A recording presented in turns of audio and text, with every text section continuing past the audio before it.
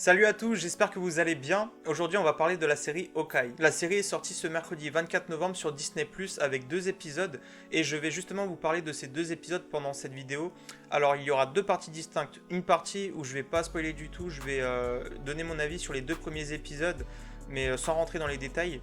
Et une deuxième partie plus tard, où là par contre je vais vraiment spoiler, je vais rentrer dans les détails parce que je vais en fait essayer de théoriser sur la série, sur ce qu'on va potentiellement voir plus tard, et enfin voilà, je vais vraiment rentrer dans les détails, mais il n'y a pas de souci, on vous alertera, il y aura une alerte juste avant, donc ne vous inquiétez pas par rapport à ça. Alors pour commencer, je vais vous donner mon avis sur ces 2 premiers épisodes. J'ai été agréablement surpris, j'ai vraiment apprécié ces 2 premiers épisodes, j'ai été vraiment embarqué dans l'histoire et j'ai hâte de voir ce que la série va nous apporter par la suite. Dans ces 2 premiers épisodes, le focus il est vraiment sur le personnage de Kate Bishop, qui est du coup joué par l'actrice Hailee Steinfeld, et personnellement je trouve qu'elle joue vraiment bien le personnage, j'ai direct accroché à ce personnage, et je trouve vraiment que c'était la grande force de ces 2 premiers épisodes. Donc franchement, que ce soit pour la série ou pour le MCU en général, j'ai hâte d'en voir plus de ce personnage là. Franchement, ils nous ont installé des bases solides, je trouve, donc hâte d'en voir plus. Bien évidemment, ça ne serait pas une série Hawkeye sans le personnage de Clint Barton, donc on retrouve Clint dans ces 2 premiers épisodes, et j'ai vraiment bien aimé comment il a été abordé parce que on nous montre un peu quel impact les événements d'Avengers Endgame ont eu sur le personnage. Donc que ce soit par rapport à son passé en tant que Ronin ou par rapport à Thanos, aux événements liés à Thanos. Donc ça j'ai beaucoup apprécié dans ces 2 épisodes là. À côté on a d'autres personnages qui sont introduits. On a la mère de Kate Bishop ainsi que Jack Duquesne, donc 2 personnages qui semblent vraiment être très importants dans l'intrigue. Donc à voir où ces 2 personnages là vont se diriger dans la suite de la série. Mais pour le moment, ils ont l'air tous les 2 assez intrigants. On a aussi le chien Lucky qui est introduit dans ces 2 premiers épisodes. Alors on le voit vraiment très rapidement, mais on voit comment Kate Bishop tombe sur lui et comment elle l'adopte tout simplement. Donc voilà, une apparition assez sympathique. Quelque chose que j'ai bien aimé aussi, c'est que dans ces 2 premiers épisodes, on nous montre vraiment quelque chose de différent du premier trailer officiel qui avait été révélé. En fait, dans le premier trailer, pour rappel, on était vraiment dans une ambiance très féerique, très esprit de Noël, très familial. Et j'avais peur qu'on tombe un peu trop dans le côté comédie de Noël. Et en fait, c'est pas du tout le cas. Quand on regarde ces 2 premiers épisodes, on est vraiment dans une intrigue qui se prend au sérieux, qui implique des gangs, des mafias. Et vraiment, on est dans une intrigue... voilà, encore une fois, qui se prend très au sérieux, donc j'ai vraiment été agréablement surpris par rapport à ça. Alors derrière, il y a toujours le contexte de Noël, c'est sûr, il y a les fêtes de Noël qui approchent, voilà. Mais dès le premier épisode, on rentre très vite dans l'intrigue, ça démarre assez vite, et on est très vite scotché. Donc vraiment, encore une fois, j'ai vraiment apprécié ces 2 premiers épisodes, et j'ai hâte de voir où la série va nous emmener par la suite. Attention, on passe à la partie spoilers, donc là pour le coup je vais vraiment rentrer dans les détails, je vais parler de scènes précises, je vais donner des détails précis et je vais essayer de théoriser sur l'intrigue générale de la série, sur ce qu'on va peut-être potentiellement voir par la suite. Donc voilà, si vous n'avez pas vu encore les 2 premiers épisodes et que vous ne voulez pas être spoilé, arrêtez la vidéo à partir de maintenant. Pour commencer, je vais vous parler de la scène d'introduction du premier épisode où on peut voir un flashback du premier film Avengers avec l'attaque des Chitauri à New York, mais cette fois du point de vue de Kate Bishop. Et on peut voir que Hawkeye a sauvé Kate et que du coup Hawkeye est devenu ensuite l'idole de Kate Bishop à ce moment-là. Donc c'est une scène que j'ai vraiment aimée parce qu'on nous montre une connexion précise au MCU que l'on connaît déjà avec un événement clé. Donc personnellement, je trouve que ça fait toujours plaisir de voir ce genre de moment dans les séries Disney+. Après cette scène d'introduction qui nous présente Kate Bishop enfant, on peut voir un générique qui nous montre les moments clés de la vie de Kate Bishop, donc l'évolution de sa vie du moment où elle est enfant dans la scène d'introduction jusqu'au moment actuel donc où elle a l'âge de 22 ans. Donc j'ai trouvé l'idée plutôt cool, plutôt originale. Je valide totalement ce générique et c'est vraiment une idée très sympathique. Dans la partie sans spoiler, je vous avais parlé de Clint Barton et du fait que on voit les répercussions des événements des films Avengers et plus particulièrement du film Avengers Endgame. Donc on peut voir Clint en fait qui est assez traumatisé par son passé, que ce soit son passé de Ronin ou son passé par rapport aux événements lorsqu'il a affronté Thanos. Et ça se voit dès le début où il est à une comédie musicale sur les Avengers. Et voilà, il est vraiment pas bien en fait, il est frustré, il est perturbé, surtout quand il voit en fait Black Widow jouer sur scène, et là voilà, il est vraiment pas bien. Et ça se voit, ça se ressent, il sort même de la comédie musicale pour respirer un peu, donc j'ai vraiment bien aimé cet aspect-là. On nous montre aussi d'ailleurs qu'il a un appareil auditif, et on nous fait comprendre en fait que ça c'est par rapport à toutes les guerres qu'il a menées dans les films du MCU.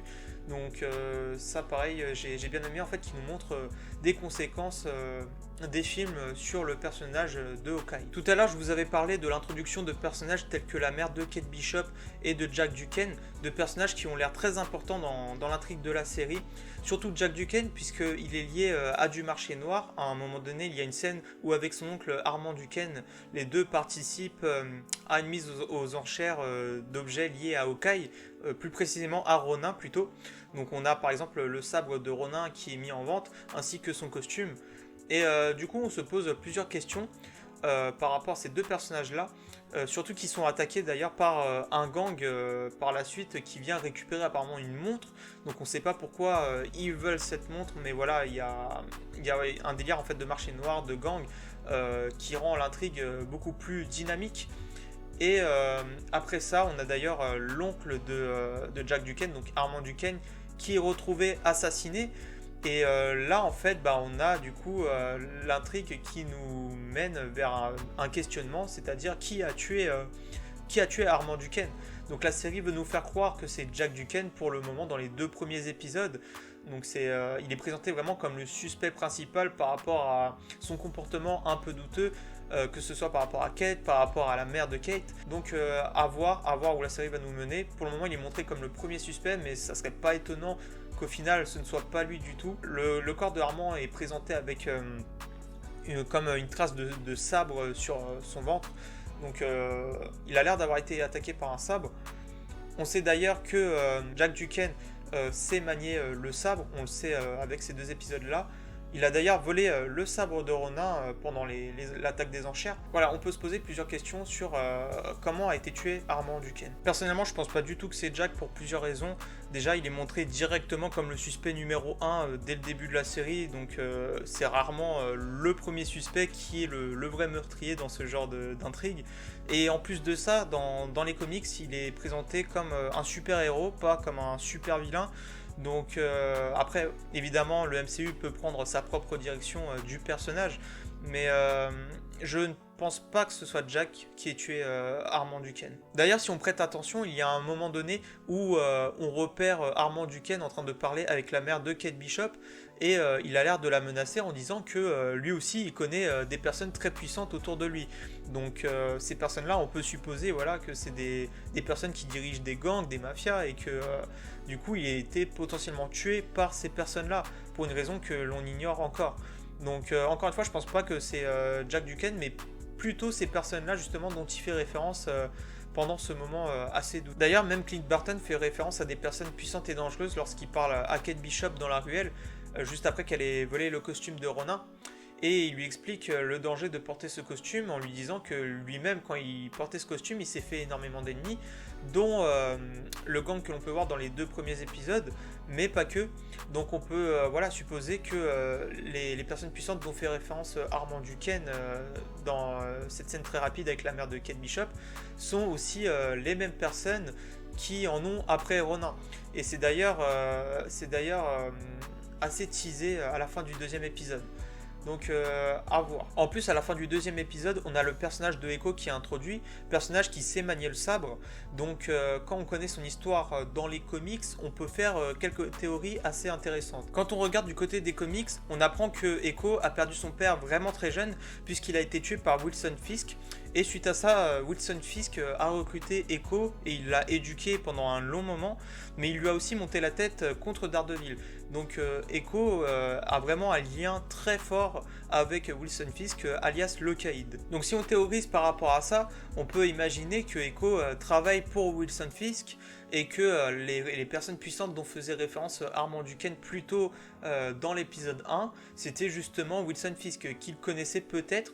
Et voilà, on peut imaginer qu'en fait Wilson Fisk a envoyé Echo pour tuer Armand Duquesne pour une raison qu'on ne connaît pas encore, et que ça va être révélé potentiellement plus tard dans la série. Si on continue sur cette théorie, on peut même imaginer que l'acteur Vincent D'Onofrio pourrait reprendre le rôle de Wilson Fisk qu'il a joué dans la série Daredevil, puisque l'acteur a liké énormément de tweets qui demandaient que l'acteur reprenne le rôle de Wilson Fisk dans la série Hawkeye, suite à d'anciennes rumeurs qui mentionnaient que le personnage pourrait faire une apparition dans la série.